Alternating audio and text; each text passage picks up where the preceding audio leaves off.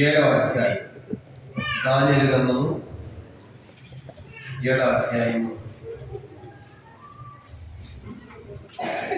మొదటి 14 వచనాలు మనము మార్చి చదువుకుంటాం. దానియేలు గ్రంథం 7వ అధ్యాయము మొదటి 14 వచనాలు మనం మార్చి చదువుకుంటాం. పేజ్ నంబర్ 738 పాత నిబంధనలు. దానియేలు గ్రంథము 7వ అధ్యాయము మొదటి 14 వచనాలు మనం మార్చి చదువుకుంటాం. బబులోను రాజు బెల్షాజరు పాలనలో మొదటి సంవత్సరమున దానియేలుకు దర్శనములు కలిగిన అతను తన పడక మీద పరుండి ఒక కల కని ఆ కల సంగతిని సంక్షేమంగా వివరించి రాసెను. రాత్రి ఎంత దర్శనము కలిగినప్పుడు నేను చూస్తున్నది ఆకాశం తల్లిపోయింది, సముద్రం మీద గాలి కనబడింది. అప్పుడు 4 మిక్కిలి గొప్ప జంతువులు మహాసముద్రములను పైకెక్కిను. ఆ జంతువులు ఒకదానికొకటి భిన్నములై ఉండెను. మొదటి సింహముతో నదిగా నేను చూచిన మనుషులు పాదములు పెట్టుకుని జాగ్రత్తగా పోకూడదు, మరియు మానవ మనసు వంటి మనసు దానికి. రెండవ జంతువు ఎలుగుబంటిని పోలినది. అది ఒక పార్శ్వం మీద పండుకొని తన నోట పండ్ల మధ్య 3 ప్రక్కటెముకలను పట్టుకున్నది. కొందరు లెమ్ము విస్తారంగా మాంసం భక్షించమని దానితో చెప్పిది.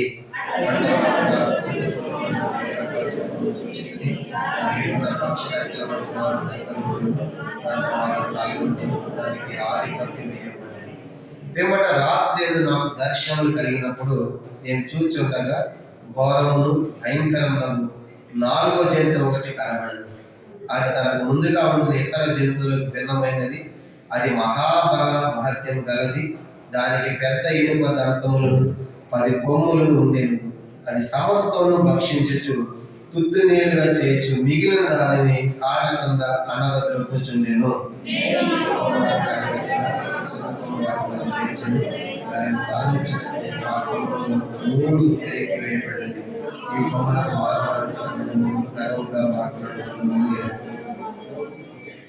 ఇంకా సింహాసనం వేట చూచేతిని మహావృద్ధుడు ఒకడు కూర్చుండెను.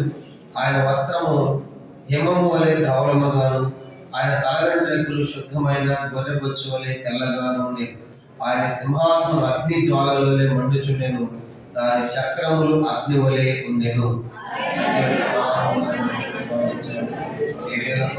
ఆయన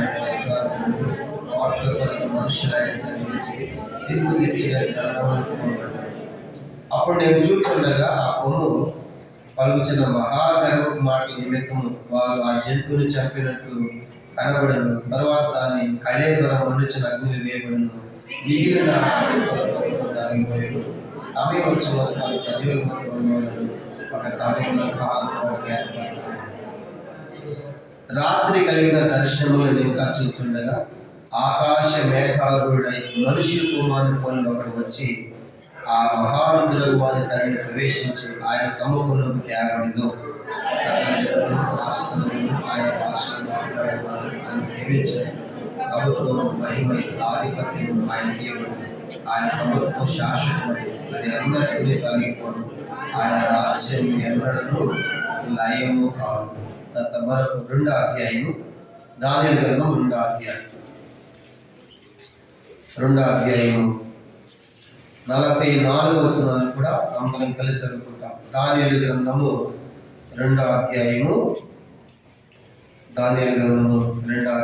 44 వచనం అందరం కలిసి చదవండి. ఆ రాజుల కాలంలో నలుగురు దేవుడు రాజ్యం స్థాపించు, దానికి అందరినీ నాశనం. ఆ రాజ్యం అది ముందు చెప్పిన రాజ్యములన్నింటి పొగలగొట్టి నిర్మూలన చేయాలి, కానీ అది యుగయుగముల వరకు నిలిచి ఆ రాజ్యం యుగయుగాలు నిలిచేది. 4వ అధ్యాయము 3వ వచనం కూడా దానియేలు గ్రంథం 4వ అధ్యాయము 3వ వచనం కూడా చదువుతాం. 4వ అధ్యాయము 3వ వచనం చదవండి. ఆయన సూచనలు ఎంతో బ్రహ్మాండమైనవి, ఆయన అద్భుతములు ఎంతో ఘనమైనవి. ఆయన రాజ్యము శాశ్వత రాజ్యము, ఆయన ఆధిపత్యము తరతరములు నిలిచినది. ప్రార్థన.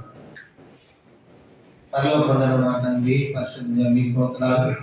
ఉదయకాల సమయంలో మిమ్మల్ని ఎందుకు ఆరాధించాలి అనే సంగతి మేము చూడబోతున్నాను. ప్రభా, మీరు రాజువి, మీ రాజ్యం తరతరాలు ఉండేది, మీ ఆధిపత్యం యుగాలు ఉండేది. అందుకు గొప్ప దేవుడు మీరు మాకున్నారు.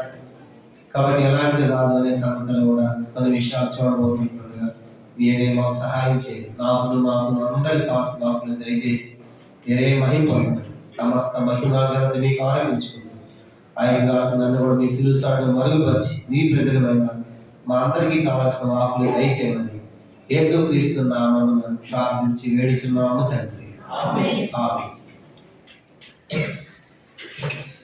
మనము చదువుకున్న వాక్య భాగము 7వ అధ్యాయం, దానియేలు గ్రంథము 7వ అధ్యాయము. 7వ అధ్యాయంలో దానియేలుకు కల కనబడింది.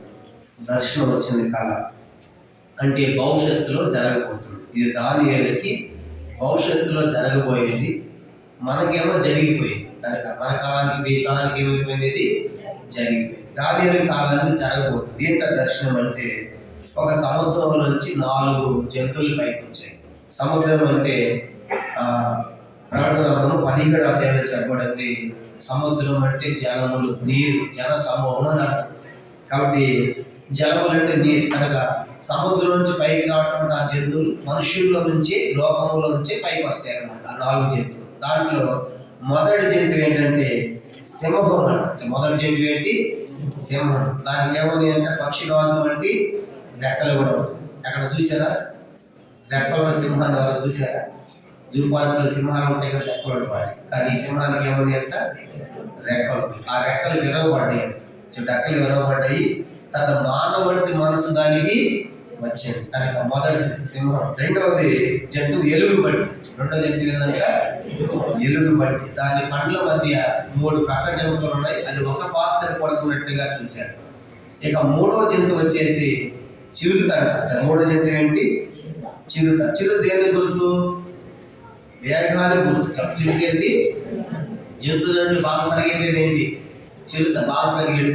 అయితే దానికి కూడా ఏమని అంటే చిరుతకు కూడా వీపున పక్షి. 6వ వచనం. దాని వీపున పక్షి రెక్కల వంటి రెక్కలు 4 ఉండేది. ఆ చిరుత కూడా ఏమని అంట? ఇప్పుడు చిరతపుల్లి కూడా ఎక్కడ రెక్కలు కనపడేది మనకి. చిరతపుల్లికి రెక్కలు చూసిన వాళ్ళు, అది ఈ చిరుతపుల్లికి ఏమని అంట?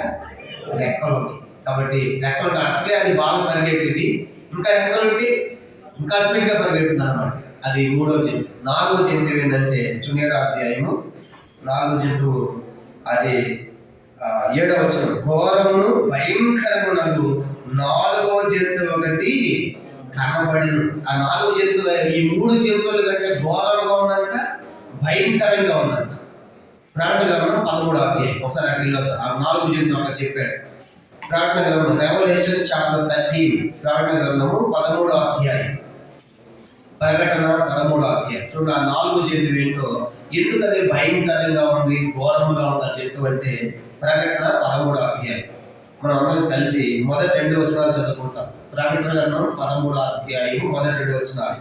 మరి 10 కొమ్ములను 7 తలలు గల ఒక ఘోరమును సముద్రం నుండి పైకి వచ్చుట చూచింది. దాని కొమ్ముల మీద 10 కిరీటములను, దాని తల మీద దేవదోషకరమైన పేర్లు ఉండేవి. నేను చూచిన మృగము చిరుతపుల్లి పోలి ఉండేది. దాని పాదములు ఎలుగుబంటి పాదముల వంటి, దాని నోరు సింహపు నోరు వంటిది. దానికి ఆ ఘట సర్పము తన కాలమును, తన సింహాసనం గొప్ప అధికారములు ఇచ్చెను. ఇది గమనించమంటే అది భయంకరమైనటువంటి ఆ క్రూర మృగం అంట. ఆ క్రూర మృగములు ఏమని అంటే 2వ వచనంలో ఆ మృగం చిరుతలు పోలి ఉండేను. ఆ భయంకరమైన జంతువులు ఏ రూపం కనపడుతుంది? ఒకటి చిరుత కనపడుతుంది. ఆ తర్వాత దాని పాదములు ఎలుగుబంటి పాదములు. ఆ క్రూరము రెండోది ఏం కనపడుతుంది? ఎలుగుబంటి కూడా కనపడుతుంది. ఆ తర్వాత దాని నోరు సింహపు నోరు. ఇవన్నీ దేంట్లో ఉన్నాయి? ఒక దాంట్లోనే. కనుక అందుకే అది క్రూరము. దాంట్లో సింహము లాంటి ఏంటంటే సింహము లాంటి నోరు కనపడుతుంది, చిరుతలాగా కనపడుతుంది. దాంట్లోనే సింహము కూడా, దాంట్లో ఎలుగుబంటి కూడా కనపడుతుంది. అది క్రూర మృగము. ఏంటంటే అది క్రూరము. అర్థమైంది కదా ఎందుకు అది భయంకరమైన జంతువు అంటే?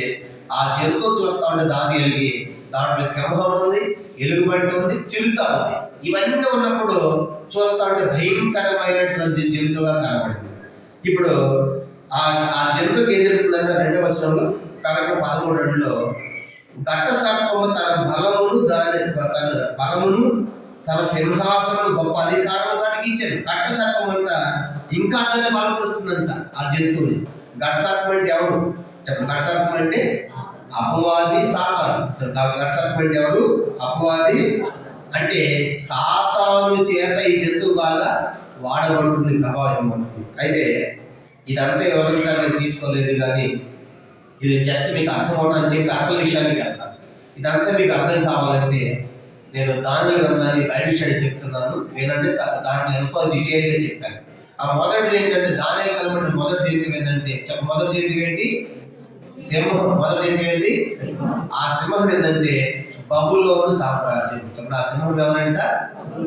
బబులోను సామ్రాజ్యం నెబుకద్నెజరు గర్విస్తే నెబుకద్నెజరు ఏం చేశాడు? దేవుడు అడవి పంపించి గడిదినట్టుగా చేశాడు. అప్పుడు మానవుల వంటి మనస్సు దాని నెబుకద్నెజరుకి వచ్చింది. అదే ఆ సింహం. అంటే సింహము ఈక్వల్ టు బబులోను సామ్రాజ్యం.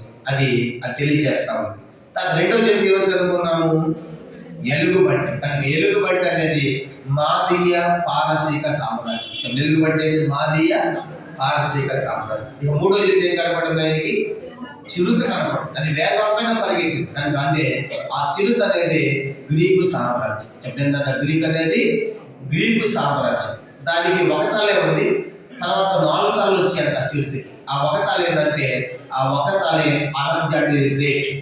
చరిత్రను పరిపాలించాడు కదా ప్రపంచాన్ని అలెగ్జాండర్. కనుక ఆయన ఒక తల గ్రీకు సామ్రాజ్యం.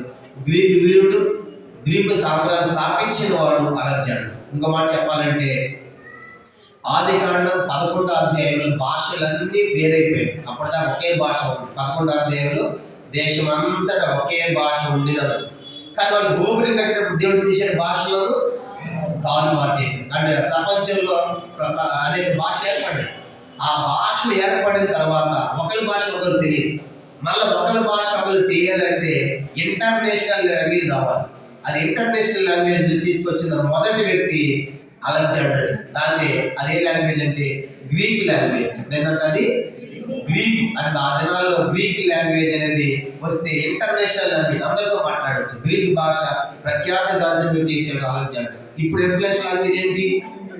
ఇంగ్లీష్. కాబట్టి గ్రీక్ కాదు. కనుక అప్పట్లో గ్రీక్ ద్వారా ఒకరి సంగతులు ఒకరికి అర్థమయ్యాయి. కనుక అలా తీసుకొచ్చిన వాడు అలెగ్జాండర్. ఆయన చనిపోతున్నప్పుడు ఆయన అడిగారు, అయ్యా నెక్స్ట్ మా రాజు ఎవరంటే ఆ 4 సైనికులు ఉన్నారు, 4 జనరల్స్ ఉన్నారు. కనుక వాళ్ళు ఏమన్నారంటే అలెగ్జాండర్ ఎవడు బలవంతుడో వాడే రాసన్నాడు. అప్పుడు అలెగ్జాండర్ చనిపోయిన తర్వాత ఆ గ్రీక్ సామ్రాజ్యాన్ని 4 జనరల్స్ పంచుకున్నారు. గ్రీక్ ప్రాంతం 4 భాగాలు విస్తరించింది. అలా దాంతో ఇక గ్రీక్ సామ్రాజ్యం అంతరించింది. నెక్స్ట్ గ్రీక్ తర్వాత ఆయన ఏం కనబడిన 4వ జంతువు ఏంటి? క్రూరమును భయంకరమైన ఘోరమును భయంకరమైన జంతువు కనబడింది కదా. దాంట్లో ఏంటో సింహం ఉంది, ఎలుగుబంటి ఉంది, ఇంకా చిరుత ఉంది. అది ఘోరమైన. అంటే ఆ 4వ జంతువు భయంకరమైన జంతువు ఏంటంటే రోమా సామ్రాజ్యం. చెప్పిన ఆ 4వ జంతువు ఏంటి? రోమా సామ్రాజ్యం. ఈ రోమా సామ్రాజ్యంలో పైన జంతువుల ఛాయలన్నీ కనబడుతుంది. కనుక పైన రాజు లక్షణాలు దాంట్లో మనకు కనబడితే అదే రోమా సామ్రాజ్యం. ఆ రోమా సామ్రాజ్యమే ఈ భయంకరమైన జంతువుగా మనకి ఇక్కడ చెప్పబడింది. ఇది దానియేలు కనబడింది. ఇప్పుడు ఆ రోమా సామ్రాజ్యంలో ఏం జరిగిందంటే యేసు ప్రభువు పుట్టాడు. చెప్పండి ఏంటంట? యేసు ప్రభువు పుట్టిన సామ్రాజ్యంలో రోమా సామ్రాజ్యం. ఇప్పుడు ఈ క్రూర మృగాన్ని చంపివేసిన తర్వాత అంటే యేసు ప్రభువు భూలోకంలో జన్మించిన తర్వాత రోమా సామ్రాజ్యంలో ఇక రోమా సామ్రాజ్యం అంతరించింది. యేసు మరణం తర్వాత స్థాపించబడింది దేవుని యొక్క రాజ్యం, క్రీస్తు యొక్క రాజ్యం. అది అపోస్తలుల కార్యాలను మనం చూస్తాం 2వ అధ్యాయంలో. పరిశుద్ధాత్మ దేవుడు భూమి మీదకి వచ్చిన తర్వాత 2వ అధ్యాయంలో సంఘం ప్రారంభమైంది. ఆ సంఘమే దేవుని రాజ్యం అన్నట్టు. కానీ ఇప్పుడు రోమా సామ్రాజ్యం అంతరించిన తర్వాత వచ్చిన రాజ్యం ఏంటిది? దేవుని రాజ్యం, క్రీస్తు రాజ్యం. ఇది ఎంతకాలం ఉంటుంది? యుగ యుగాలు ఉంటుంది. కానీ పైన బబులోను సామ్రాజ్యం అయిపోయింది. 2వది మాదీయ పారసీక సామ్రాజ్యం అయిపోయింది. 3వది గ్రీక్ రాజ్యం అంతరించిపోయింది. ఇప్పుడు క్రీస్తు స్థాపించిన రాజ్యం ఇది అన్నిటికీ లైవ్ కానీ శాశ్వతమైనది, నిరంతరం ఉండేది.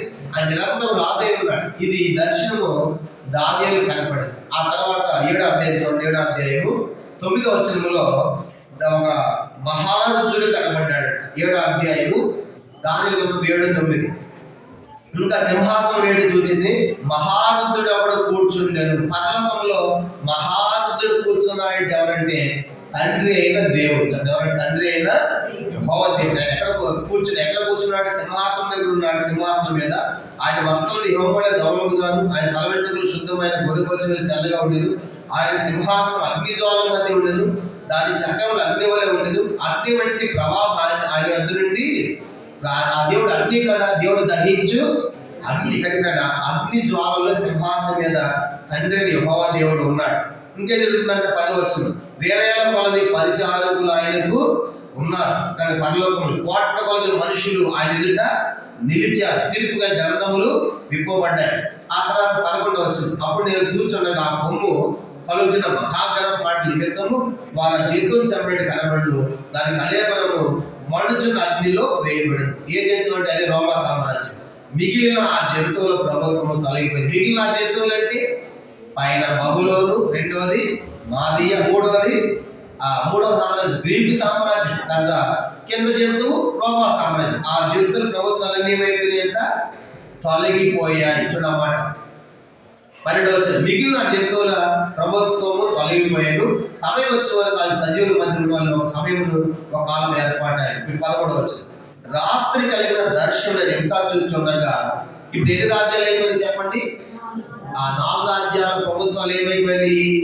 తొలగిపోయినాయి. కానీ తొలగిపోయిన తర్వాత ఇప్పుడు కనబడుతున్నాడు మరొక వ్యక్తి. చూడండి 11వ వచనం, రాత్రి కలిగిన దర్శనం ఇంకా చూచుండగా ఆకాశ మేఘారుడై మనుష్య కుమారుని పోలి ఒకడు ఆ మహారుద్రుడు వారి సన్నిధిని ప్రవేశించి ఆయన సముఖములకు వచ్చాను. ఇప్పుడు తండ్రి అందరూ చూడాలి. తండ్రి దేవుడు సింహాసనం మీద అగ్ని జ్వాలంలో వాటి వల్ల పరిచారకుల మధ్య ఉన్నప్పుడు ఒక మనుష్య కుమారుడు ఆయన సన్నిధికి వచ్చాడు. ఎవరి మనుష్య కుమారుడు? ఎవరు మనుష్య కుమారుడు? నశించిన దాన్ని మెదడు రక్షించిన మనుష్య కుమారుడు యేసుప్రభువు. కానీ యేసు ఈ భూలోకానికి వచ్చి మన కోసం మరణించి సమాధి చేయబడి తిరిగి ఎక్కడికి పోయి ఆయన తండ్రి వద్దకు వెళ్ళాడు. అందుకే యోహాను 8వ అధ్యాయంలో మరి ముట్టుకోబోతా ఉంటే అంటాడు, మరి నన్ను ముట్టుకొని వద్దు, నేను తండ్రి వద్దకు ఎక్కిపోవాలి. కనుక ఆయన తండ్రి వద్దకు వెళ్ళాడు. ఈ లోకానికి వచ్చి మాటలు చేయించాడు, పాపం చేయించాడు, సమాధం చేయించాడు. కనుక విజయవంతుడు అయ్యాడు. ఇప్పుడు విజయవంతుడు ఎక్కడ పోతున్నాడు? మన సమాధిలోంచి లేచి తండ్రి వద్దకు వెళ్తున్నాడు. ఆ మహాత్ముడు తండ్రి వద్దకు వెళ్తున్నాడు. ఆ సింహాసనం మీద కూర్చున్నాడు. అగ్ని జ్వాలలో తండ్రి దేవుడు ఉన్నాడు. కనుక అగ్నికి వెళ్తున్నప్పుడు ఈ లోక ప్రభుత్వాలన్నీ గతించిపోయినాయి. బబులోను పోయింది, మాది పోయింది, గ్రీకు పోయింది, రోమా పోయింది. రోమా సామ్రాజ్యం ప్రభు పుట్టి ప్రభు సిలువేయబడి రోమా సామ్రాజ్యం అంతరించిపోయింది.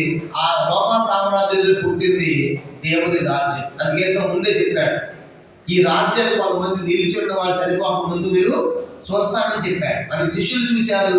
ఆ రాజ్యం 2వ అధ్యాయం ప్రారంభమైంది. 120 మందితో ప్రారంభమైనటువంటి రాజ్యం ఇది ఈనాడు కోట్ల కొలదిగా విస్తరించింది. ముందే చెప్పండి ప్రవచనాలు. కానీ ఇప్పుడు ఇది దానియేలు భవిష్యత్తు. ఈ సంగతి దానియేలుకి ఇదంతా కూడా భవిష్యత్తు అలా జరగబోతుంది. ఇప్పుడు మనకేమో జరిగిపోయింది. మనకేం చెప్పండి? జరిగిపోయింది. చరిత్ర ఇదంతా చరిత్ర చెప్పినంత కథలు కాదు. ఇదంతా చరిత్రలో బబులోను సామ్రాజ్యం చదవండి, అతను మాదీ సామ్రాజ్యం చూడండి, గ్రీకు సామ్రాజ్యం చూడండి. ఇప్పుడు ఏం చెప్పామో అదంతా చరిత్ర రికార్డ్ అయింది. ఇవన్నీ జరిగిన సంగతులు ఇప్పుడు దానియేలుకి జరగక ముందే చెప్తున్నాడు దేవుడు. ఇలా రాజ్యాలు వస్తాయి, జంతువులు వస్తాయి, ఆ జంతువుల రాజ్యాలు అని చెప్పాడు. అలాగన్నా ఇప్పుడు తండ్రి అయిన దేవుడు ఎదురు కుమారుడైనటువంటి మనుష్య కుమారుడు యేసుప్రభువు అక్కడికి వెళ్ళాడు. అక్కడికి ఏం జరుగుతుంది చూడండి. ఆ మనుష్య కుమారుడు ఆయన సన్నిధికి వెళ్ళిన తర్వాత ఏం జరిగింది? 14 వచనం అందరూ కలిసి దానియేలు గ్రంథం 7వ అధ్యాయం 14 వచనం, సకల జనులు, రాష్ట్రములు, ఆయా భాషలు మాట్లాడేవారు ఆయన సేవించినట్లు ప్రభుత్వం, మహిమయు, ఆధిపత్యం ఆయనకి ఇవ్వబడదు. ఆయన ప్రభుత్వం శాశ్వతమైనది, అది ఎన్నటికీ తొలగిపోదు. ఆ రాజ్యం ఎప్పుడును. ఎప్పుడు యేసుప్రభువు ఆ తండ్రి దేవుని సన్నిధికి వెళ్ళాడో ఆయనకి ఏమేమి వస్తాయంట? సకల జనులు, రాష్ట్రాలు, ఆయా భాషలు మాట్లాడేవారు ఆయన సేవించినట్లు ప్రభుత్వము, మహిమయు, ఆధిపత్యము ఆయనకి ఇవ్వబడింది. ఎవరికి ఇవ్వబడింది? యేసుప్రభువుకి ఇవ్వబడింది. అప్పటిదాకా ఎవరున్నారు సింహాసనం మీద? ధైర్యం లేడు. ఇప్పుడు యేసుప్రభువు ఆ సముఖాన్ని ప్రవేశించాడో తండ్రి అంటున్నాడు, నాయన వెరీ గుడ్ వచ్చేసావు. ఇప్పుడు దాన్ని నేను నడిపించాను. ఇక్కడ ఏం చేయాలి? ఇప్పుడు నువ్వు నడిపించాలి. ప్రభుత్వం మహిమ అన్ని కూడా ఆయనకి ఇచ్చాడు. ఎందుకంటే అన్ని వదులు సంపూర్ణమైన మానవుడు వచ్చాడుగా. ఇప్పుడు ఆ తండ్రికి వెళ్ళిన తర్వాత మొత్తము కూడా ప్రభుకి అవి అప్పగించబడ్డాయి. కనుక ఇప్పుడు ఆయన పరలోకంలో రాజుగా ఉన్నాడు. కనుక పరలోకంలో ఆయన ఎందుకు కిందకు వచ్చి ఒక రాజ్యాన్ని స్థాపించాడు. కనుక రాజ్యాన్ని స్థాపించాడు పరలోకంలో సింహాసనం మీద. ఇప్పుడు తండ్రి అంటాడు కదా, ఆ తండ్రికి ఉన్నటువంటి సమస్త మహిమగా తండ్రి కూడా ఎవరికి అప్పగించాడు? ఇప్పుడు కుమారుడైన యేసు ప్రభువారు. అది యేసు వారు కూడా, మరి యేసు వారికి అధికారం మహిమ ఉందా అని చూసినప్పుడు కొన్ని వచనాలు మనం చదువుదాం. యేసు ప్రభువారు సమాధి నుంచి లేచిన తర్వాత ఆయన ఏం చెప్పాడు? ఈ మత్తయి సువార్త 22వ అధ్యాయం ప్రభువారు పలికిన మాట చూడండి. మత్తయి సువార్త 28వ అధ్యాయం ప్రభువారు చెప్పారు. ఇది సమాధి నుంచి లేచిన తర్వాత మాట్లాడుతున్న మాటే. మత్తయి సువార్త 28వ అధ్యాయంలో మొదటి 10 వచనాలు ప్రభు సమాధి నుంచి లేచాడు. సమాధి నుంచి లేచిన తర్వాత ఆయన చెప్తున్న మాట ఏంటి? అందరం కలిసి చదువుదాము. 18వ వచనం మత్తయి సువార్త 28:18 చదవండి. అది యేసు వారందరికి వచ్చి పరలోకమందును భూమి మీదను నాకు సర్వాధికారం ఇవ్వబడి ఉన్నది, కాబట్టి మీరు వెళ్ళి సమస్త జనులు శిష్యులుగా చేయండి. ఎక్కడెక్కడ ఉందంటే ఆయనకు అధికారము? పరలోకమందును సర్వాధికారం. కానీ ఇప్పుడు ఎవరు ఇచ్చే సర్వాధికారం? యేసు వారికి ఇక్కడ పరలోకంలో అడిగి తిరిగి లేచాడు. తండ్రిని కలుసుకున్నాడు. ఇప్పుడు నాకేముంది? సర్వాధికారి. కాబట్టి తిరిగి లేచిన తర్వాత తండ్రి దగ్గరికి వెళ్ళిన తర్వాత సర్వాధికారి మహిమ గణం అంతా కూడా ఆ మహానుభుడైన యెహోవా దేవుడు యేసు చేతిలో పెట్టాడు. ఆయన వెతకంటాడు సమాధులు లేచిన అని చెప్పే మాట ఏంటంటే నాకు సర్వాధికారము ఇయ్యబడి ఉంది. పేతురు రాశాడు పేతురు పత్రిక 1 పేతురు పత్రిక 3వ అధ్యాయం. ఆయన పునరుత్థానం తర్వాత ఏం జరిగిందంటే ఆయన చూడండి. పేతురు రాసిన మొదటి పత్రిక 3వ అధ్యాయం 22వ వచనం చదువుకుంటాం. మొట్టమొదటి 21లో మత్తయి సువార్త 3వ అధ్యాయం 21 ఏదైనా రాసుకోండి. 21లో రాయబడింది ఆయన పునరుత్థాన మూలముగా అని 21లో రాయబడి 21వ వచనం ఆయన పునరుత్థాన మూలం అంటే ఆయన పునరుత్థానం చెందిన తర్వాత ఏం జరిగింది? 21వ వచనం 21 అంటే దానికి సాదృశ్యంగా బాప్తిస్మం మిమ్మల్ని రక్షించున్నది, అదేవిధంగా శరీరమాలను తీసివేయడం కాదు కానీ యేసుక్రీస్తు పునరుత్థానం మనం వేరే విషయమై నిర్మలమైన మనస్సాక్షినిచ్చు యేసుక్రీస్తు పునరుత్థాన మూలముగా ఏం జరిగింది? 22వ వచనం అందరూ చదవండి. ఆయన పరలోకానికి వెళ్ళి దోతల మీదను అధికారుల మీదను శక్తుల మీదను అధికారం పొందిన వాడై దేవుడి కుడి పార్శ్వమందు పునరుత్థానం అయిన తర్వాత ఏం జరిగిందంటే ఆయన పరలోకం వెళ్ళి ఎప్పుడు కూర్చున్నాడు? ఆయన ఏముంది? అధికారుల మీద దోతల మీద శక్తులను అధికారం పొందిన వాడు. కానీ ఎవరిచ్చిన అధికారము? ఆ వృద్ధుడైన తండ్రి దేవుడు ప్రభు చేతిలో పెట్టాడు. ప్రభు అది స్వయంగా చెప్పాడు నాకు సర్వాధికారం ఉంది, నేను రాజుని. కాబట్టి ఇప్పుడు పేతురు కూడా రాశాడు. తర్వాత పౌలు రాశాడు యేసు గురించి ఏమని? ఫిలిప్పీ పత్రిక 2వ అధ్యాయం. ఫిలిప్పీలకు రాసిన పత్రిక 2వ అధ్యాయం. ఆయన సిలువ తర్వాత ఆ సిలువ వేయబడినట్టు ఏం జరుగుతుందంట?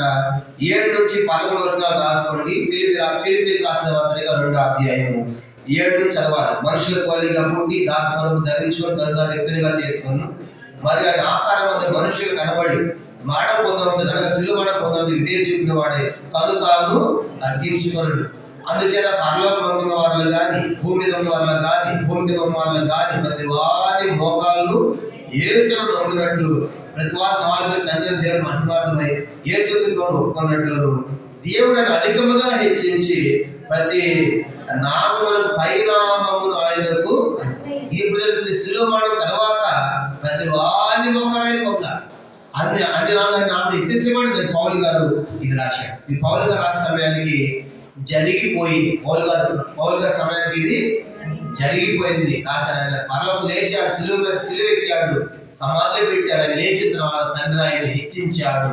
అందరి మోకాళ్ళు ఆయనతో వంగాలి, ప్రతి వారి మోకాలు వంగాలని రాశాడు. కానీ దీన్ని బట్టి మనకి ఏమర్థం అవుతుందంటే యేసు ప్రభువు సర్వాధికారి అయిన దేవుడు, కానీ సర్వశక్తి మంతుడు. కానీ ఆయన ఇప్పుడు ఎప్పుడైతే ఈ భూలోకానికి వచ్చే పాపాన్ని మరణాన్ని సాతాన్ని ఓడించి ఆయన తండ్రి దగ్గరికి వెళ్ళాడో ఎంతో ఘన స్వాగతం పరలోకం లేసుకోవారికి తండ్రి దేవుడు. కనుక ఆయనకి సమస్త మహిమ ఇచ్చినట్లుగా మనం చూస్తాం.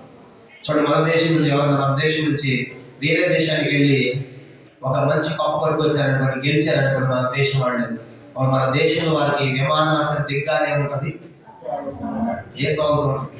రెడ్ కార్పెట్ కనుక కూర్చుంటారు, ప్రధానమంత్రి కూర్చుంటారు కనుక ముఖ్యమైన ప్రధానమంత్రి మిగతా వాళ్ళందరూ ఉంటారు. శభాష్, మీరు వెళ్ళి మన దేశానికి మంచి విజయాన్ని తీసుకొచ్చారు. ఆ యొక్క ఘన స్వాగతం ఊహించలేదు అనమాట. దేశం వారు భూలోకానికి వచ్చి పాపాన్ని చేయించి, మరణాన్ని చేయించి, అపవాదం చేయించి, సమాధి చేయించి పరలోకం ఎలా ఉంటది? దాన్ని దేవుడు మహారుద్రుడు కూర్చొని, అయ్యా ప్రభుత్వం మహిమ ఘనత నీకే, ఇప్పుడు నేను చూసుకున్నాను, ఎక్కడ చేయాలి, నువ్వు నడిపించని. ఇది సంపద మానవుడు వచ్చాడు కదా అని మళ్ళా అన్ని పగ్గాలైన చేతులు పెట్టాడు. కానీ నా తలపు ఏంటంటే ఈయన రాజు యేసు చెప్పండి. చాలా మంది పిచ్చోళ్ళు యేసు దేవుడు కాదనుకుంటున్నారు. సత్యాలు అర్థం కాదు, వాక్యం అర్థం కాదు. కాబట్టి యేసు నిజమైన దేవుడు కనుక నిత్య జీవమైన దేవుడు. అది ఇప్పుడైతే మనం ఎందుకు ఆయన ఆరాధించాలంటే ఆయన స్థాపించిన రాజ్యం ఎక్కడి నుంచి చదువుకున్నాం మనము చెప్పండి. అది శాశ్వతమైనది, లైవ్ కానిది, తర్వాత నిత్యము ఉండేది. కనుక ఇంతకుముందు రాజ్యం ఏమైపోయింది? బబులోను సామ్రాజ్యము కొంతకాలానికి పోయింది. తర్వాత మాదీ సామ్రాజ్యం, ఆ రాజ్యం పోయింది. అది గ్రీక్ సామ్రాజ్యం, అది పోయింది. రోమా సామ్రాజ్యం, అది పోయింది. నెక్స్ట్ రోమా సామ్రాజ్యం తర్వాత వచ్చిన రాజ్యమే రోమా సామ్రాజ్యంలో పుట్టాడు యేసువారు. అప్పుడే స్థాపించాడు కనుక ఆయన సిలువ మరణం ద్వారా ఆ సామ్రాజ్యం. ఇంక మీకు అర్థమైనా చెప్పాలంటే దీనికంటే ముందు 2వ అధ్యాయంలో దానియేలు ఒక కాలం వచ్చింది. 2వ అధ్యాయం ఆ కాలం ఏంటంటే పడుకున్నప్పుడు దానియేలు ఒక పెద్ద ప్రతిమ కనపడింది, ఒక బొమ్మ ప్రతిమ. ఆ ప్రతిమలో శిరస్సు ఏమో తల బంగారంగా ఉందంట. చెప్పండి, శిరస్సు దేనిగా ఉంది? బంగారం కనపడుతుంది ఆ బొమ్మ. రెండవది రొమ్ములు భుజములు ఏమో వెండిగా కనపడుతున్నాయి. రొమ్ములు భుజములు ఏమో వెండి కనపడుతున్నాయి. పొట్ట ఉదరము తొడలేమో ఇత్తడిగా కనపడ్డాయి. ఇత్తడి పొట్ట తొడలు ఎన్ని కనపడ్డాయి అంటే ఆయనకి ఇత్తడి కనపడ్డాయి. 4వ వస్తువు మోకాళ్ళు మట్టి, మోకాళ్ళు పాదాలేమో సగం ఇనుము కాదు, సగం మట్టి కానీ కనపడ్డాయి. ఇప్పుడు ఆ బొమ్మల మొత్తం మాట్లాడదు, మాట్లాడు 4 లోహాలు ఉన్నాయి. ఆ ప్రతిమలు ఎన్ని ఉన్నాయి? మొదటిది ఏంటి? తల బంగారం. రెండవది రొమ్ము భుజములు ఏంటి? వెండి. పొట్ట తొడలేంటి? ఇత్తడి. పొత్తడలు ఏంటి? ఉన్నాయి చెప్పండి, ఇత్తడి. 4వది ఏంటి చెప్పండి? కాళ్ళు పాదాలేంటి? సగము ఇనుము, సగము మట్టి కనబడింది. ఆ కళ అర్థం కాదు చెప్పడానికి. అప్పుడు దానియేలు చెప్తాడు, రాజా బాబు నెబుకద్నెజరు రాజా, ఆ బంగారు శిరస్సు నీవే, నీ సామ్రాజ్యము బంగారం లాగా వైభవంగా ఉంటుందని చెప్పాడు. కనుక ఆ బంగారు శిరస్సే బబులోను సామ్రాజ్యం. అలాగే జరిగింది. రెండవది నెక్స్ట్ రొమ్ములు భుజములు ఏమని చెప్పాడంటే ఇది మాదీయ పారసీక సామ్రాజ్యం. నీ తనని జయిస్తారు, నీ రాజ్యం పోయింది రాజా. నెక్స్ట్ మాదీయులు పారసీక వస్తారు, వారు పరిపాలిస్తారని చెప్పాడు. నెక్స్ట్ 3వది పొట్ట తొడలు చూశారు కదా మీరు ఆ ప్రతిమలు. అదేంటంటే గ్రీకు సామ్రాజ్యం. కనుక అలెగ్జాండర్ వస్తాడు, గ్రీక్ సామ్రాజ్యం స్థాపిస్తాడు. ఆయన కూడా చిడుకులాగా వేగవంతంగా పరిగెడతాం కాదు, ఇంటర్నేషనల్ లాంగ్వేజ్ కూడా వస్తుంది ఆ టైం అని చెప్పాడు. కనుక అది ఇత్తడి అనేది ఏంటంటే అది గ్రీకు సామ్రాజ్యం. ఆ తర్వాత ఇనుము వచ్చింది. వీటన్నిటికంటే బలమైన లోహం ఏంటి చెప్పండి? ఇనుము కదా. ఖరీదైన లోహం అయితేనేమో బంగారం, బరువైన దంచేదేమో ఇనుము అనమాట. ఇనుము అనేది ఏంటంటే రోమా సామ్రాజ్యం. ఇనుము ఏంటది? రోమా సామ్రాజ్యం. ఇనుము తర్వాత ఏం కలిసింది? దాంట్లో మట్టి కలిసింది. కనుక మట్టిలో కలిసిపోయింది అనమాట. ఆ వచ్చిన తర్వాత ఆ కళ్ళు ఏం కనబడింది? నెబుకద్నెజరుకి ఒక పెద్ద రాయి వచ్చింది. అది చేతి సహాయం లేని రాయి అంటే ఏంటంటే ఆ రాయి అంటే పైన వచ్చింది అనమాట. ఆ రాయి ఎవరు సహాయం చేయాల్సిన అవసరం. ఆ రాయి పైన వచ్చి ఏం చేసిందంటే కింద నుంచి ఆ మట్టి పైనుంచి ఆ బంగారం దంచేసింది, అది పొడైపోయింది. నెక్స్ట్ ఆ వెండిని దంచేసింది, ఆ తర్వాత ఇత్తడి దంచేసింది, ఇనుము దంచేసింది, మట్టి అవి మొత్తం ఎగిరిపోయింది అన్నది. ఇప్పుడు ఈ రాయి మీద దంచిన రాయి దినానికి కూడా అది పెద్ద మహాపర్వతంగా అయిపోయింది. ఏంటి ఆ రాయి అంటే ఆ బండ క్రీస్తే. చూసారు కానీ యేసు రాజు స్థాపించిన తర్వాత ఆ రాజ్యాలను ఏమైపోయినాయి? ఎగిరిపోయింది. కానీ ఈ రాజ్యం ఏమైపోయింది? చిన్న రాజ్యం, చిన్న రాయికి వచ్చింది. కానీ దినానికి ఆ రాయి ఏమైపోయిందంట? మహాపర్వతం అంట. నా మాట కాదు, దానియేలు 2వ అధ్యాయం చూడండి. దానియేలు గ్రంథం 2వ అధ్యాయం 35వ చదువుతాము. ఇప్పుడు చెప్పిన 2వ అధ్యాయం ఉండి మీరు తర్వాత చదవండి. దానియేలు గ్రంథం 2వ అధ్యాయం 35వ వచనం అందరం కలిసి దానియేలు 2:30 చదువుదాము. అతడు ఇనుమును ఇతడియు వెండియు బంగారు ఏకముగా దంచబడి కళ్ళములోని చెత్త వలె కాగా వాటి స్థలం ఎచ్చటో దొరకకుండా గాలి వాటిని కొట్టుకొని పోయింది. ఆ ప్రతిమను వెలుగొట్టిన రాయి సర్వభూతలమంతా మహాపర్వతం సర్వభూతం, భూమి ఎక్కడెక్కడ ఉందో అంతటి విస్తరించింది ఆ రాయి. ఆ రాయి యేసులో స్థాపించిన రాజ్యం. ఈరోజు ఆ రోజు 120 మంది ఉన్నారు, బాప్టిస్టులు 3000 మంది, 4000 మంది అలా చేర్చబడుతూ ఈ రాయి ఇప్పుడు ఏమైందంటే సర్వభూతలము కూడా విస్తరించింది. అందుకే మన క్రిస్మస్ జరిగింది. ఎన్నోసార్లు చెప్తా, 200 దేశాల కంటే సుమారుగా అధికమైన దేశాలకి రాయి వెళ్ళింది. ఇంకా వెళుతూనే ఉంది. ఎంతో మంది రాయిని ఆపాలని చూస్తున్నారు. ఇది విస్తరించిన ఆపాలని. ఆపాలను చూసేది ఏం తెలుసా? ఆ రాయి వాడు నలి చేస్తున్నాడు. ఎవడైతే ఆపాలను చూస్తాడో, ఎవడు దానికి ఎందుకు వస్తాడో వాడిని నలి చేస్తున్నాడు. లోకాసు వార్త ప్రభు చెప్పిన మాట, ఆ రాయి ఎవడి మీద పడు వాడు త్వరకలైపోతాడు, వాడు నలిగి చేయబడతాడు. కానీ ఆ రాయి ఆగదు. మనం గమనించండి, లోకాసు వార్తలో ప్రభు చెప్పిన మాట చూస్తాము. ఆ రాయి ఎవడి మీద పడిన వాడు తునకలైపోతాడు, నలిగి చేయబడతాడు. కానీ ఆ రాయి ఆగదు. అది దాని సైజు పరిమాణం పెరుగుతూనే ఉన్నట్టుగా మనం చూస్తాం. ఎక్కడది? లోకాసు వార్త ప్రభు చెప్పిన మాట. అలాగే ఆ రాయి దినానికి కూడా ఏమవుతుందంటే అది విస్తరిస్తూనే ఉంది. 20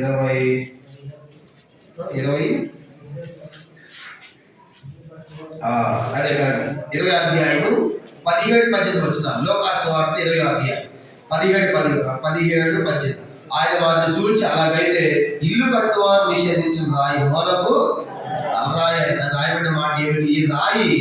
ఈ రాతి మీద పడువాడు తొనకలైపోను కానీ అది ఎవరి మీద పడు వారిని నలిచే. ఎంతో మంది రాపాలనుకున్నారు, వాళ్ళు నశించిపోయారు, వాళ్ళు సత్యాలు. కానీ ఈ వాక్యం ఆగలేదు, ఈ రాజ్యం ఆగలేదు. ఇప్పటికీ ఈ రాజ్యం విస్తరిస్తూనే ఉంటుంది అనే విషయం ఎప్పటికీ గుర్తుపెట్టుకోవాలి. ఇక్కడ ప్రశ్న ఏంటంటే, ఈ రాజ్యాలన్నీ పోయాయి, ఈ రాజ్యం మాత్రము చెప్పండి ఇది ఎన్నటికీ లైవ్ ఉంటుంది. ఎంతో బాధ్యత. ఇప్పుడు ఆ రాజ్యంలో మనం ఉన్నాం. చెప్పండి ఏంటంట, ఎవరు ఆ రాజ్యం అంటే మనమే ఆయన రాజ్యం. శాస్త్ర పరిసరాలు అడిగారు, ప్రభా రాజ్యం ఎప్పుడు వస్తుంది అంటే, ఇది కాదు అక్కడ పరిగెత్తద్దు, నా రాజ్యం మీ మధ్యనే ఉన్న. లోకాసు వార్త 17 అధ్యాయం 17 అధ్యాయము 28 వచ్చిన లోకాసు వార్త 17 అధ్యాయము 20-22 వచ్చిన చదువుకుంటాం. దేవుని రాజ్యం ఎప్పుడు వచ్చిన పరిశీలన అడిగినప్పుడు ఆయన దేవుని రాజ్యం ప్రత్యక్షముగా రాదు అని బైబిల్ చేయండి. 21 వచ్చింది. ఎందుకనగా ఇదిగో దేవుని రాజ్యము మీ మధ్యనే ఉన్నది. కాబట్టి ఇదిగో ఇక్కడ అదిగో అక్కడ అని చెప్ప వీలు పడతారుగా. దేవుని రాజ్యము మీ మధ్యనే ఉన్నది. చెప్పండి, దేవుని రాజ్యం ఎక్కడ ఉందండి? ఇప్పుడు మనం అంతే అవడమంటే మనమే ఆయన రాజ్యం. ప్రకటన గ్రంథం 1వ అధ్యాయం, రెవల్యూషన్ ప్రకటన 1వ అధ్యాయం, ఆయన రాజ్య నివాసులుగా చేశాడు. అందుకే మనం ఆరాధించాలి. ప్రకటన గ్రంథం 1వ అధ్యాయము 6వ వచనం, ప్రకటన 1వ అధ్యాయము 6వ వచనం అందరం కలిసి చదవండి. మనల్ని ప్రేమించు, తన రక్తం వల్ల మన పాపముల నుండి మనల్ని విడిపించిన వారికి మహిమయు ప్రభావం యుగయుగములు కలుగుగాక. ఆమేన్. ఆయన మన తండ్రి యొక్క దేవుని రాజ్యముగాను యాజకులుగాను అని మనం అంతా అంటే ఈరోజు మనం ఎవరు? దేవుని రాజ్యం. దానికి దేవుని రాజ్య నివాసం అని ఎంతో మందికి ఆయన ఆరాధించాలి. కానీ ఇప్పుడు ఆ రాజ్యంలో ఎలాంటి రాజుగా ఉంటాడో ఒక 5 సంగతులు మనం చదువుకుని ప్రభుని ఆరాధిస్తాం. ఇటు చదువుకున్న రాజ్యాలన్నీ పోయాయి, ఈ రాజు ఎల్లప్పుడూ ఉంటాడు, ఈ రాజ్యం ఎల్లప్పుడూ ఉంటుంది. ఆ రాజ్యమే మనం. కాబట్టి నిజంగా ఇప్పుడు ఈ రాజ్యంలో చేర్చబడటం ఎంతో బాధ్యత. ఈ రాజ్యం నన్ను చేర్చావా, నన్ను కూడా ఈ రాజ్యాన్ని సేకరించావా? ఎట్లా సేకరించాలంటే అది ఆయన ప్రేమించు తన రక్తం వల్ల. ఆ రక్తం వల్ల మన పాపాలన్నీ కడిగి వేసి తుడిచివేసి మనల్ని ఆయన రాజ్యంగా సేకరించాడు. కానీ మనం దేవుడు రాజ్యం వాడు కొట్టేట్టుగా అవ్వలేదు. మన కోసం రక్తం కాచాడు, ప్రాణం పెట్టాడు. రక్తం అంటే ఏంటి? రక్తము ప్రాణం. కాబట్టి మన కోసం ప్రాణం పెట్టి ఆయన రాజ్యంగా మనం కొన్నాడు. అందుకే ఆయన సంఘం అంటే రక్తం ఇచ్చి సంపాదించిన సంఘం అంటాడు. అపోస్తలుల కార్యం 20వ అధ్యాయంలో వచ్చింది. కానీ రక్తముతో కొన్నవాడు కనుక రక్తముతో కొన్నాడు ఈ రాజ్యం. కాబట్టి ఇది మత రాజ్యం కాదు, కుల రాజ్యం కాదు, కనుక కులాలకు సంబంధించిన సంఘం కాదు ఇది. కనుక రక్తముతో కొనబడే సంఘం. ఇప్పుడు రక్తంతో కొనబడేటువంటి ఈ రాజ్యానికి ఆయన ఏమై ఉన్నాడు? రాజు అయినాడు. ఏమైనాడు? ఎట్లాంటి రాజు? 5 సంగతులు చూసి మనం మొదటిది ఆయన ఎట్లాంటి రాజు అంటే కీర్తన 47వ కీర్తన త్వరగా చూద్దాం. 8వ వచనం. ఆనందం వేసేది 2 నిమిషాలు చెప్పాలనుకున్నాను. కానీ ఇదంతా చెప్తే కానీ మీకు అర్థం కాదు. కీర్తన 47:8 చదువుకుంటాం. 47వ కీర్తన 47:8 అందరం కలిసి 47వ కీర్తన 8 దేవుడు అన్ని జనులకు రాజు ఉన్నాడు. దేవుడు తన పరిశుద్ధ సింహాసనం మీద దేవుడు పరిశుద్ధ సింహాసనం ఆశ్రయించాడంటే ఆయన పరిశుద్ధుడైన రాజు. ఆయన ఎందుకు ఆరాధించాలంటే ప్రభా నువ్వు పరిశుద్ధుడు అందుకే అన్నాను కదా. అన్న ఏమని ఆరాధించింది మొదటి 2వ అధ్యాయంలో, యెహోవా వంటి పరిశుద్ధ దేవుడు ఒక్కడును వేర్కొని నీ వంటి వాడు లేడు. ఇష్టం ఆరాధించాలి. పరిశుద్ధ దేవుడు కనుక ఆయన పరిశుద్ధ రాజు కాబట్టి ఆయన ఆరాధించాలి. ఉదయకాలం మొదటిది. 2వ చూద్దామా 93వ కీర్తన 93వ కీర్తన 93 మొదటి వచనం 90 ఆయన మొదటిగా ఆయన పరిశుద్ధుడైన రాజు కాబట్టి ఆయన పరిశుద్ధతను బట్టి మనం ఆరాధించాలి. రెండవది ఆయన ఎట్లాంటి రాజు? 93వ కీర్తన మొదటి వచనం, యెహోవా రాజ్యము చేయుచున్నాడు, ప్రభావం ఆయన వస్త్రముగా ధరించి ఉన్నాడు. బహుబలము ధరించి బలము దొరకని పట్టుకొని ఉన్నాడు. కథలు కొన్నట్టు భూలోకము స్థిరపరిచి ఉన్నాడు. యెహోవా రాజ్యము చేయుచున్నాడు, ప్రభావం ఆయన వస్త్రం ధరించుకున్నాడు. ఆయన ప్రభావము కలిగిన రాజు. ఆయన ప్రభావంతో చనిపోయి 5 కుమార్తెలు లేపాడు. ఆయన ప్రభావంతో సముద్ర పొంగును ఆపాడు, గాలిని ఆపాడు, సమస్తాన్ని ఆపాడు. అంటే ఆయన ప్రభావం. రెండవదిగా ఆయన ప్రభావము కలిగిన రాజు కనుక అది రెండవది. అధిక ప్రభావం ప్రభావం కలిగిన రాజు ప్రభావం. అందుకని స్తోత్రాలు. మొదటిది నువ్వు పరిశుద్ధమైన రాజు కాబట్టి ఆయన ఆరాధించాలి. రెండవది ఆయన ప్రభావము కలిగిన రాజు. మూడవ చూద్దామా కీర్తన 96. ఆయన ఎట్లాంటి రాజు అంటే 96వ కీర్తన 10వ వచనం. 396వ కీర్తన 10వ వచనం, యెహోవా రాజ్యము చేయుచున్నాడు, లోకము కదలకున్నట్లు స్థిరపరచబడినది, న్యాయమును బట్టి ఆయన జనులను పాలన చేయ. ఈ వార్త అన్ని జనుల్లో ప్రకటించాడు. యెహోవా రాజ్యం చేస్తున్నాడు, న్యాయమును బట్టి పాలన జరిగిస్తాడు. అంటే ఆయన న్యాయవంతుడైన రాజు, నీతి న్యాయము కలిగిన రాజు. ఆయన ఎట్లాంటి రాజు అంటే ఆయన నీతి న్యాయం. అందుకే ఆయన ఆరాధించాలి. ఆయన పరిశుద్ధమైన రాజు. రెండోది ఆయన ప్రభావం కలిగిన రాజు. మూడవది ఆయన నీతి న్యాయం కలిగిన. ఈ లోకములన్నీ అక్రమాలు, అన్ని అన్యాయాలు, అన్ని మోసాలు. కానీ ఆ రాజ్యం ఎట్లా ఉంటుందంటే నీతి న్యాయం కలిగిన రాజ్యంగా మనం చూడబోతున్నాం. అది మూడవది మనం చూద్దాం. నాలుగవది 97వ కీర్తన మొదటి వచనం చూడండి. నాలుగవది ఆయన ఎట్లాంటి రాజు? 97వ కీర్తన మొదటి వచనం, యెహోవా రాజ్యము చేయుచున్నాడు, భూలోక రాజ్యం ఆనందించును గాక, దీపములన్నీ సంతోషించును. కనుక యెహోవా రాజ్యం చేస్తామంటే దీపాలు సంతోషిస్తున్నాయి. దీపములు అంటే కఠినమైన ప్రాంతం కదా. ఆ దీపాలను తీసుకెళ్ళి వదిలిపెట్టి ఎట్లా ఉంటుంది దీపంలో. కనుక అయితే ఆ కఠినమైన ప్రాంతాల్లో కూడా ఆ దేవుని రాజ్యం ఉన్నప్పుడు అదేం తెలియజేస్తుందంటే ఆయన కనికరము కలిగిన రాజు. కానీ ఆయన కఠినుడు కాదు. దేవుడు ఎట్లాంటి వాడు? ఆయన కఠినుడు కాదు. దేవుడు కనికరము కలిగిన దేవుడు అని చెప్పారు. ఎన్నోసార్లు బైబిల్ కొత్త నిబంధనలో ఆయన కనికరపడి కాపలేని గొర్రెలను చూసి కనికరపడి, ఆ మేడ్చు చూసి కనికరపడి, ఆ పుష్పాంశులు కనికరపడి అని చూస్తాం. ఆయన కఠినుడు కాదు. ఎట్లాంటి వాడు? ఆయన కనికరము కలిగిన రాజు. అందుకే మనం ఆనందించాలి. ఇది 4వ సంగతి. 5వ దాకా చూద్దాము. 5వ దాకది కీర్తన 146 చివరి వచ్చిన 146వ కీర్తన 5వది. ఆయన ఎట్లాంటి రాజు అంటే 146వ కీర్తన 10వ వచనం. 146వ కీర్తన 10వ వచనం మనం చదువుకుంటాం. 146వ కీర్తన 10వ వచనం, యెహోవా నిరంతర మేలును, సీయోను దేవుడి తరములన్నిటిలో రాజ్యము చేయి. కనుక నీ దేవుడు తరములన్నిటి రాజ్యం చేయాలంటే ఆయన మార్పు లేని రాజు. ఎలాంటి రాజు అంటే ఆయన మార్పు లేని రాజు, నిరంతరము రాజు. అందుకే ఆయన మార్పు లేని యాజకత్వం కూడా కలిగి ఉన్నాడు. హెబ్రీ పత్రిక 7వ అధ్యాయము 24వ వచనం రాయబడింది. హెబ్రీ 7:24 వచనంలో ఆయన మార్పు లేని నిరంతరం యాజకత్వం కలిగి ఉన్నాడు. కానీ మార్పు లేని రాజు, నిరంతర యాజకత్వం కలిగిన రాజు. అందుకే మలాకి 3:6 చెప్పాడు కదా, యెహోవా నేను మార్పు లేని వాడు కనుక యాకోబు సంతానం మీరు లయము కాలేదు. కాబట్టి అందుకే హెబ్రీ 13:8 చూస్తాం. యేసు నిరంతరము ఒకటే రీతిగా ఉన్నాడు. యుగములకు ఆయన ఒకటే రీతిగా ఉన్నాడు. కాబట్టి ఆయన ఎట్లాంటి రాజు అంటే ఆయన మార్పు లేని రాజు. కాబట్టి ఆయన స్థాపించే రాజ్యం మనం ఉన్నాము. ఆయన మనకు పరిశుద్ధ రాజుగా ఉన్నాడు. రెండవదిగా ప్రభావం కలిగిన రాజు. మూడవదిగా నీతి న్యాయం కలిగిన రాజు, నాలుగవదిగా కనికరం కలిగిన రాజు, ఐదవదిగా మార్పు లేని రాజు. ప్రభు సంవత్సరాలు మారిపోయినాయి, కానీ ఇది సంవత్సరం యొక్క చివరి ప్రభుత్వం. కానీ సంవత్సరాలు మారిపోయినాయి, లోకంలో ప్రజల పరిస్థితులు అన్ని మారిపోయినా నువ్వు మానవ దేవుడిగా మార్పు లేని రాజు అందుకని స్తోత్రం అని ఎలుగెత్తి ఆ దేవుని ఆత్మగా సత్యముతో మనము ఆరాధించదము కాక. ఎందుకంటే ఆయన స్థాపించిన రాజ్యమే మనం, కాబట్టి ఆయన స్థాపించినటువంటి ఆ రాజ్యం రక్తముతో వస్తున్నాడు. ఆ రాజ్యాన్ని అన్ని రాజ్యాలు పోయినాయి, ఈ రాజ్యం అప్పటికి ఉండేది. కాబట్టి ఆ రాజ్యం మనం చేర్చినందుకు కాదు, ఆయన మనకు రాజుగా ఉన్నందుకు కాదు, మన దేవుని ఆరాధించడం కాక. ప్రభు ఈ యొక్క మాటలు దీవించిన కాక. ఆమె లేచినబడి ఒక పాట మనం పాడతాము. ఆ సమయంలో సండే స్కూల్ పిల్లలు